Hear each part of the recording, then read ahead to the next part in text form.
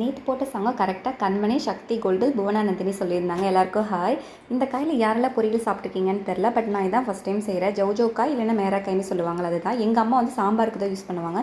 But அத்தை வீட்டு சைடில் வந்து பொரியல் பண்ணுவாங்க. நான் இதை அத்தை செய்கிறப்பலாம் சுரக்காய் பொரியல் நினச்சி தான் சாப்பிட்டுட்டு இருந்திருக்கேன். ரீசெண்டாக இதை பற்றி பேசிகிட்டு இருக்கும்போது அத்தை வந்து நான் செய்வேன், நீ சாப்பிட்ருக்க அப்படின்னு சொல்லும்போது, ஓ இது சுரக்காய் நினச்சிட்டு சாப்பிட்டுட்டு இருந்திருக்கேன் அப்படின்னு நினச்சேன். ஏன்னா டேஸ்ட்டு கிட்டத்தட்ட ஒத்து போகும். ஷேப்பும் பார்த்திங்கன்னா பொரியலை போட்டதுக்கப்புறம் நமக்கு அவ்வளோ கண்டுபிடிக்க முடியாதுல்ல. ஸோ அதனால் இந்த ஆயில் ஊற்றி வைக்க எப்போ இந்த மாதிரி டிஸ்பென்சர் வாங்கினோம் அப்போல இருந்து எவ்வளோ எண்ணெய்னு அளவே தெரியாமல் ஊற்றி போன மாதம் கிட்டத்தட்ட நான் வந்து 5 லிட்டர் எண்ணெய் நான் யூஸ் பண்ணியிருக்கேன். எனக்கே ஷாக், எப்பட்றா 5 லிட்டர் ஆச்சு அப்படின்னு சொல்லிட்டு.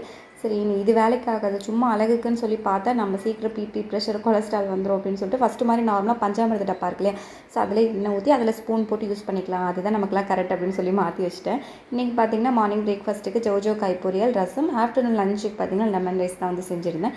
இன்றைக்கி சாங் என்னென்னா, தேன்மலை தேக்கத்தில் நீதான் உந்தன் தோள்களில் நிழல் தரலாமா, நான் சாயும் தோள் மேல் வேறாரும் சாய்ந்தாலே தகுமா. கண்டுபிடிங்க. டா.